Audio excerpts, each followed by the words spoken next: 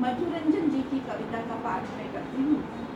अरे पुरुष भी सहते हैं, अरे पुरुष भी सहते हैं, भले कुछ नहीं कहते, छलक नहीं पाते हैं लेकिन भरे भरे से रहते हैं।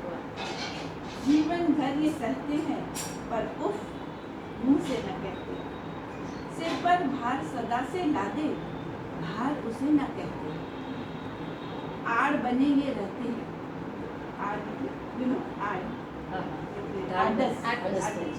आड़ बने ये रहते हैं और बाढ़ बने ये रहते हैं। बाढ़ इस बाउंड्री, इनके होने से हम रक्षित ताड़ बने ये रहते हैं।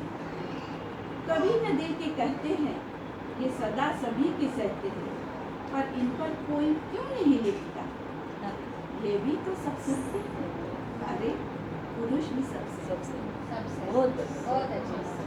Thank you. સ્ત્રીઓ પર તો ઘણું લખાયું છે પણ પુરુષો પર પુરુષો પર લખાતું ઓછું લખાતું પિતા પર નથી લખાતું, પુરુષ પર નથી લખાતું. Thank you very much.